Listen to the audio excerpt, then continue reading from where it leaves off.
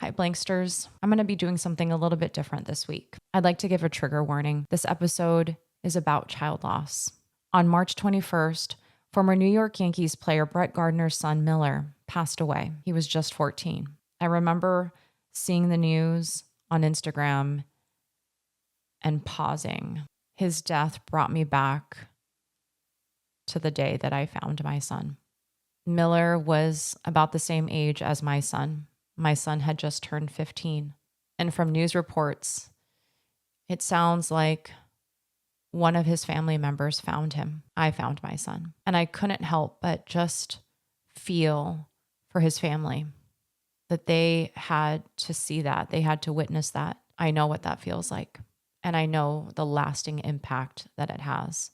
I also know what it feels like to put your kid to bed and to live in this nightmare of why, how could this happen? And so for this episode, I'm opening up about the death of my son, and I'm sitting down with another mother who experienced the same loss and who also found her son. We both hope that this episode reaches other bereaved parents, other grieving parents. Right after I lost my son, I reached out to other bereaved parents because I felt like they were the only ones who could truly understand what I was going through. I felt completely alone.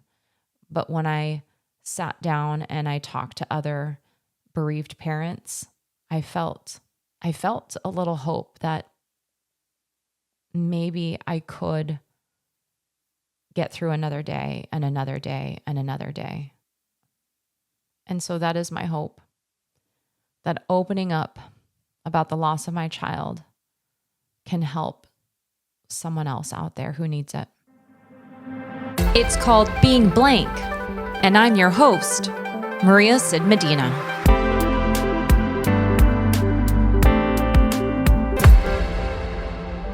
Ginna, Rowe. Hi. Thanks so much for sitting down with me and talking to me. Let's go back really quickly to how we even met. Yeah, I mean, I think I came across you on Instagram. I had recently lost my son, and I must have come across a post that you I think I followed you as a reporter to begin with, because I also am a former news reporter, Mm-hmm. and then saw you post something about losing your son for Mother's Day, and I just was like, oh my gosh, like there's somebody else out there who has been through this. And so I reached out to you and was like, I Yeah. need to talk with you. Yeah. Can we talk really quickly about your son? Can you tell me about your son? Yeah. Where do I begin? Oh, wow. My son Hudson, he was a year and a half.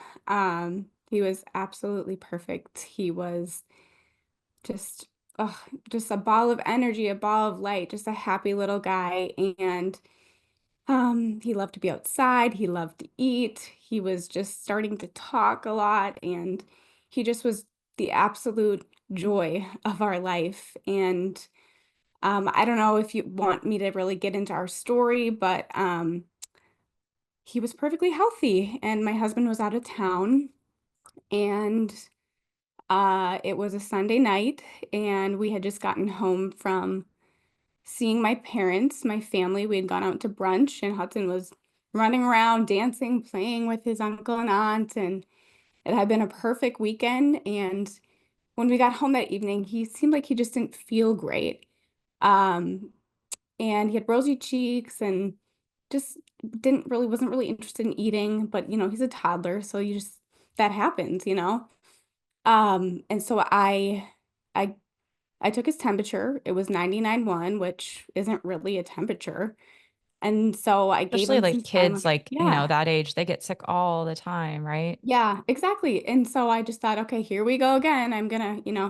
My husband's been out of town all weekend, and I'm gonna have to call out for work tomorrow. And I'm just, already like making plans, trying to figure out what we're gonna do if Hudson's coming down with a cold or something. But anyways, I gave him Tylenol, and he bounced back in like an hour, and I was like, you know what? Like maybe he's fine. He's good. Like running around playing.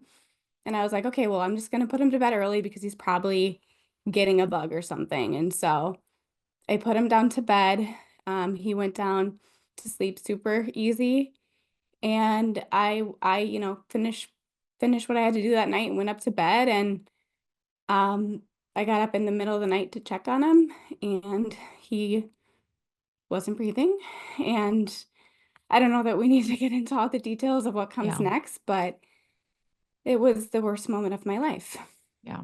And I think going back to, how we connected in the first place, really we share that same experience of finding our children. Um and for you that was a little bit more than a year ago, Yep, a and year for and me this will be 5 years. wow. So, yeah, it's really hard, first of all. I mean, I just thank you so much for sitting down with me in the first place because, um, you know, these conversations can be really triggering. Um, but I know that you and I, are on this path to healing. We'll never be fully healed. But I think one of the things that you and I talked about was sometimes just opening up to other bereaved parents or um, sharing our stories to hopefully help others really is again part of that, that journey. Um, into our grief. I don't know if you feel a little bit of weight off your shoulder sometimes when you feel like you've helped another bereaved parent. Honestly, I feel like that has been the biggest blessing, if you can say there's a blessing that comes from something like this. But I have connected with so many absolutely incredible bereaved moms, and they have carried me. I mean, truly, like, carried me through this last year and 3 months. And I feel like it's that connection, right? Like, that's all we have. That's all we have, is to be able to connect with each other and to carry this weight together, because really no one else gets it. No one else can understand what that is like. Yeah, and the reason why I wanted to sit down with you as well is because of what happened recently, that we've seen in the news with the former New York Yankees player's son, who was just 14 when he passed away. Um, you know, his family, they were out on vacation. They had gotten sick the night before from potentially food poisoning. Um, they all went to bed kind of not feeling well, right? Sick. And um, I'm assuming one of them found uh, his teenage son, who was only 14, Miller Gardner, had passed away um, sometime in his sleep. And for me, you know, I don't know what kind of feelings it brought up for you, but I remember just like reading that and I had to like really stop and pause because he was, the same age, almost the same age as my son. And it brought back memories to that day that I found my son. And I just couldn't help but feel for his parents who had to experience that as well. I had a very similar experience. I heard about it on the news, and I mean, immediately it took my breath away, and I had to like pause it and go back and be like, wait, what? Because it puts you right back there. And then it's almost like, oh my gosh, I don't know. I'm kind of in this place right now where I have to dissociate. Like, Hmm. I don't know, it's been really tough for me to really feel it all, but yes, like, I was Googling and I was like, "This is how does this happen to a 14-year-old?" And I Hmm. think, "How does this happen to a 1.5-year-old?" I mean, there's so many similarities, and like you said, just knowing what those parents are feeling, I mean, instantly. There is an instant connection because you know exactly what they're feeling because you have been there. Yeah. I think the toughest part for me wasn't just the loss of my child, but the not knowing, right? And so I think that's what also really kind of gave me that gut punch reading about what happened was that, he not only passed away in his sleep, they not only were the ones to discover him, but they had no idea. They had no idea how this healthy 14-year-old could pass away. And again, that just brought up a lot for me. And so I guess, my question for you is it, child loss just in general is not it's just unnatural, right? It's an unnatural way of life. Like children should not go before their parents.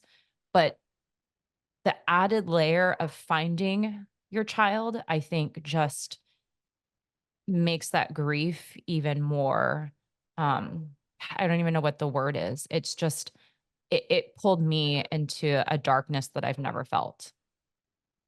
Yeah, absolutely. I mean, I I think for me, you and I have similar experiences in that we are the sole parent that found our child. So in my story and our story, my husband was out of town and I was home alone. And so our grief journey looks very different because he wasn't here to experience the trauma of it all, for lack of better word. I mean, um, and those are images that I carry alone, and that's pretty excruciating. Yeah, Um, I remember, you know, after my son passed away, I've never experienced this before ever, but I had flashbacks you know, of finding him. Like it just and it would come out of nowhere. I remember, I was on a massage table and just trying to like show myself some self-care and like just, escape from everything and I was relaxed and it just hit me. Like I just had a flashback. And I couldn't go anywhere because I was stuck on that massage table. And it would happen all the time, these flashbacks out of nowhere. I could be doing anything and it would happen. Um, and my doctor diagnosed me with complex PTSD. And so I don't know if that's something similar that you also went through, but it's just it was like it was a nightmare that and I couldn't wake up. I was stuck in this nightmare forever. yeah, I honestly, I feel like I'm still stuck in it. I still struggle with PTSD and with flashbacks. I've also been diagnosed with PTSD. And it's funny that we're having, I don't well, not funny, but ironic, I suppose, that we're having this conversation because I was just thinking about this yesterday. Literally doing laundry out of nowhere, putting my laundry into the washing machine, and out of nowhere, there it hits. Like no reason, no explanation, just in that moment. And you're just back in it. And I feel like I'm in a place now where I can get myself out of it, if that makes sense a little bit better. Like, I can find a way to distract my mind and move forward, whereas in the beginning, it was just on repeat. Like, it was just totally on repeat, reliving it again and again. But I would say it probably like, I have flashbacks maybe daily. They're not as intense as they once were. Um, I have been doing EMDR, which I think you mentioned you did as well. And I'm I doing it didn't do slowly. that, but I'd heard about it and I heard it was, I mean, amazing, like as far as, helping. Mhm. I've only done it, like, a couple times just because it's been really intense for me, but my therapist actually has recommended something called havening, which is really interesting, we're just starting that, and I really can't really even explain it because I'm like I think that's the hard thing for me because I have such a logical mind where I'm like, "Okay, but, like, how does that work?" Like, no, that's not gonna work, but We're part of this reporters process too, is though, being right? That's kind of like yeah. how we think. Yeah, it's like, no, that's not gonna just make me stop thinking Mhm. about this."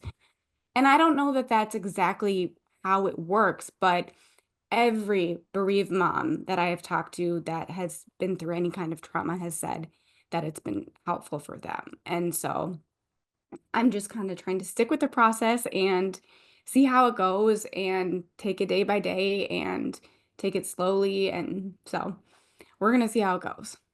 Yeah, I remember for the first couple years, right after my son passed away, my flashbacks were They happened often out of nowhere, and it wasn't just a flashback of me finding him, it would, like, take me back to that entire day, and it would make me it was like a movie in my head, and that entire day could play within, like, 30 to 60 seconds, and then it would just make me feel like I was drowning again, where I was stuck in this, like, you know, eh, questioning everything, like, "What happened? What" "Did could I have done something?" And it just yeah, it but like you said, I got better. I got better at being able to kind of pull myself out of it, or when the flashback would happen, redirecting so that I could, just keep myself busy um and I have to say, almost 5 years after the loss of my son,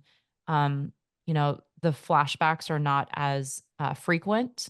Um and when they happen, they're not as I think you use the word intense. They're not as intense. Like I can think about it, but it won't pull me into that place where I feel like I'm Mhm. drowning. Um and I don't know. I don't think it'll ever stop. Like, I think I'll always have flashbacks.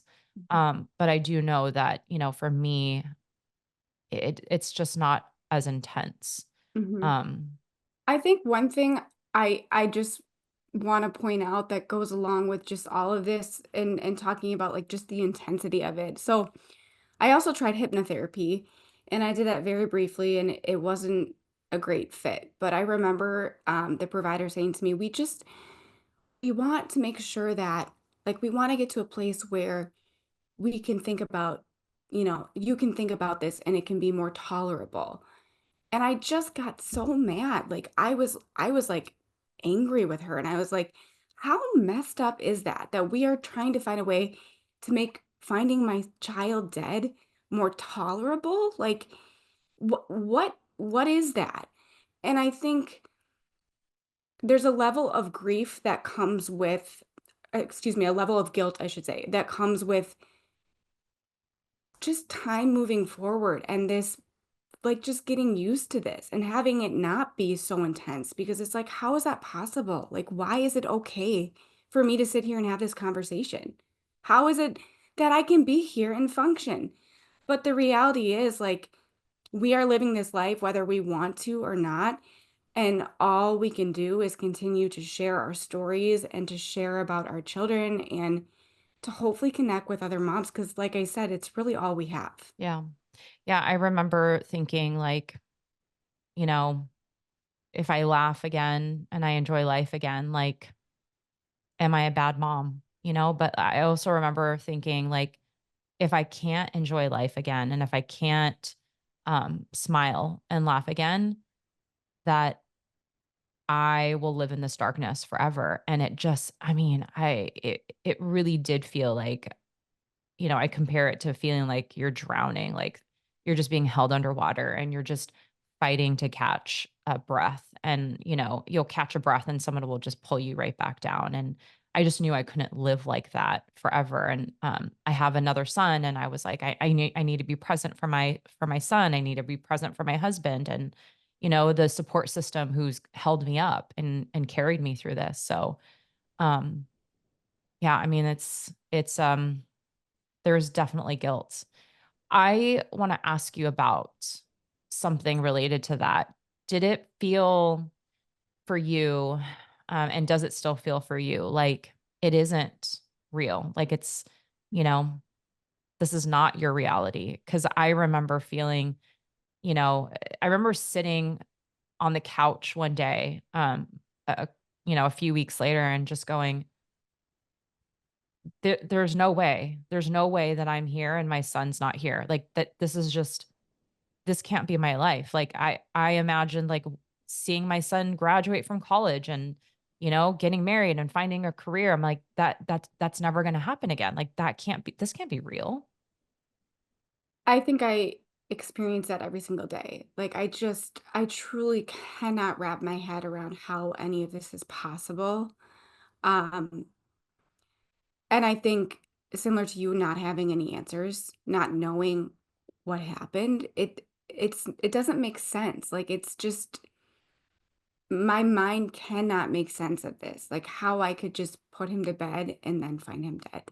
Like, he wasn't that sick, and then it's that, the what ifs, they go like, I think almost as triggering as, like, the PTSD and the flashbacks is having all the what ifs just circle in your head. What did I miss? What could I have done differently? And what someone told me, one of my really good friends, another SUDC mom, sudden unexplained death in childhood, and that's kind of how Hudson's death has been classified. But one of my good friends told me that there's a difference between pain and suffering. And she said that grief and the grief of losing a child, we will always, always live with that pain. It will never go anywhere. We will carry that forever. But the suffering is something that we can can control. Like, and this is something I'm still working on, but the idea that we are making it more difficult on ourselves by going down the rabbit hole and continuing to just, what did I miss? What could I have done differently? Well, what if we had done this that day? Or, and we can't change it. No matter how much we want to, we cannot change it. And we're only making living in this hell that much more difficult for ourselves when we can't just, like, we have to be able just to say, I did the best I could. Nobody loved my child more than I did. And I did the best I could. And I would have never done anything to hurt him. Like, these are the things that I tell myself to make it through the day. Yeah. Yeah, I think I've no one ever told me that, and I wish somebody had told me that, in the beginning because I suffered a lot just walking around and feeling like I had failed as a mother because our role as parents is to protect our children, and I had felt like I hadn't protected my son. I just, you know and people would say, "You're a great mother. You're an amazing mother. I mean, look at everything that he did. Look at everything that your oldest son has done." And I would always just reply like, "No, my son is gone. Like I failed my son. That was the one job that I had as a mother was to protect my child and I failed and I didn't. He's not here." Um so yeah, I mean, I'm thank you so much for sharing that because I hope that that reaches, you know, someone who needs to hear that because I hadn't heard that. If you could go back to the first few days, weeks, months after the loss of your son and tell yourself something, give yourself advice, what do you think that would be? Mhm. I I don't know. I mean, I think, like, the first thing I want to say to myself is like, you will survive this. And I don't know that I knew that at the time, but I also think, like, you don't really have a choice to survive it, right? I think that's such a thing that people say too, which I just hate. Like, I remember even my mom when we were kids, she would say, "Oh my gosh, I would never survive if something happened to you guys." And I heard it in a TV show just a week ago, and the mom, like, made a comment like, "I wouldn't survive if something happened to you." And that is just such a terrible thing to say because the reality is you will survive. You don't have a choice. I mean, I guess technically you do have a choice, but you will keep waking up whether you want to or not. So I guess I'm getting off on a tangent here, but I would tell myself you will survive and you have an incredible support system who will carry you Mhm. and you will find moments of happiness and joy and love. And I really hope, that I will still be able to live a full, happy life. Yeah. I don't know yet, but I'm working on that. Yeah. One of the things that my husband says is like, "You need to slow down, you need to slow down." And I thought about that. I actually slowed down for a few days recently and took a vacation, and I thought about that, and I was like, I think I don't slow down because when I do slow down, that's when I really think about my grief. And that's when I start feeling again like I'm drowning again, is when I slow down. And so I don't think that's the most healthy way to deal with it. Um, but it's the way that I've learned how to deal with it. And I think that's the thing about grief. It's not black and white, right? It's not linear. It's not like there's no end. It's going to be, this is our life forever. And it's just, I'm still learning how to navigate it. But I do know I felt the same way that you did, right after the loss of my son. I question, like, how am I going to survive this? I just don't know. I don't know what my life even looks like without two kids, and simple conversations with people. Like I didn't know how to I didn't know how to go out into the world anymore because I wasn't me anymore. It was a different version that I didn't know. Like simple conversations when if people ask me, how many kids do you have? How do I answer that? Or and then if I tell them like, I lost my son and people asked me, well, how, I wasn't ready to talk about that. I'm still not ready to talk about that. So it's just, I don't know. It's definitely a journey that has no manual, um, and that I'm still trying to navigate. And I just don't have a lot of answers to. Yeah. I'm right there with you. I I feel like, there is no guide and I don't know if I'm doing it right, but I'm just, I'm just doing all that I can, all that I know to do. Yeah. So, What would you um say to those, who um are grieving parents and how to navigate their relationships. Because again, I going back to our experiences, we're the ones who found our children. And I know that my grief looks a little bit different than my son's dad or my husband, because they weren't the ones who discovered him. Not to say that my grief is worse or deeper, but it does again add that more complex layer to it. so just speaking like what I would say about relationships or Yeah, I mean, how do you navigate relationships, especially in the beginning, like with a significant other, or your friendships or, with your family, your best I friends? I think very delicately. I think um you know, relationships are incredibly challenging with grief and what my therapist has told me as far as like the way that my husband and I grieve is that it's okay to grieve differently. And I think that's been really difficult. And that was really difficult in the beginning, especially like, I am super emotional. I'm like a wear your heart on your sleeves kind of girl. And I couldn't stop crying. Like I needed to feel it. And my husband is a lot more reserved and just very he keeps his feelings inside and it was more difficult for him to be emotional.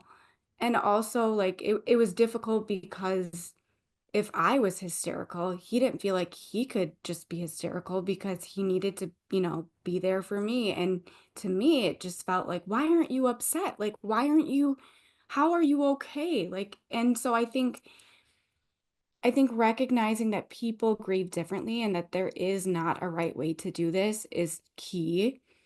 Um, And that continues with time. I mean, we are a year and 3 months out, and we still, we're still trying to figure out how we navigate our relationship. I think connection is key. I think looking for resources as far as therapists, as far as grief groups, like trying to find connection with other people who've been through this has been incredibly helpful for me. And my husband hasn't he's just recently started going to a dad's grief group, but it's taken him a little bit longer to open up to that. So, yeah, just giving people their time and their space to grieve in the way that they need to. And as far as like, two parents, what I remind myself if me and my husband are just like not on the same page when it comes to our grief is that there truly is not another person on this planet that loved our child the Mhm. way that we both do. And that is something that we will share forever and that we carry with us forever. And it's a beautiful thing. And so I try to remind myself to, to have grace with each other because that's the truth of it. Like we love him more than anything in the entire world, and we share that grief, and we are the only people on this planet that share that.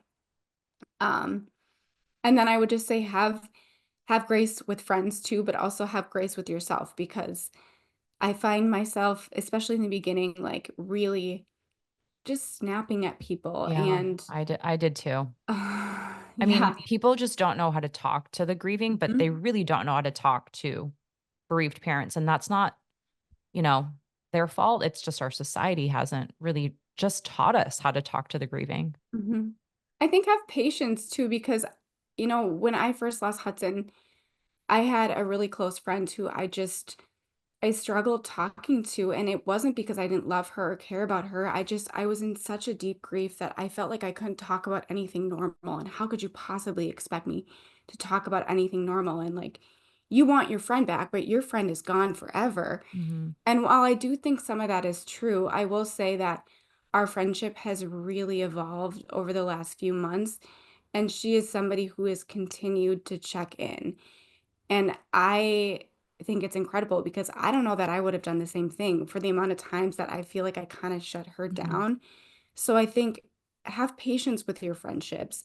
You will be surprised how people show up for you, and you will be surprised by how you come around in the ways that you are able to talk about things again and feel like you kind of come home to those friendships, Yeah. as your grief starts to evolve.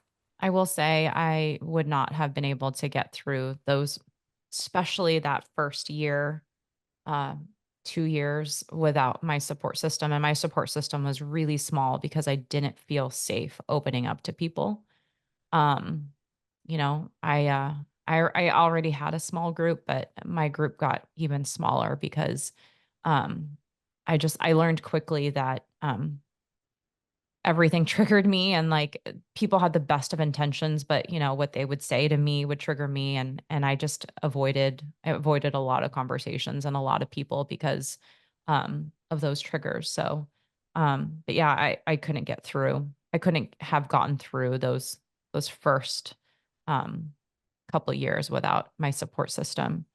Um is there anything else that you'd like to share about your son or about your grief journey Mhm. to others?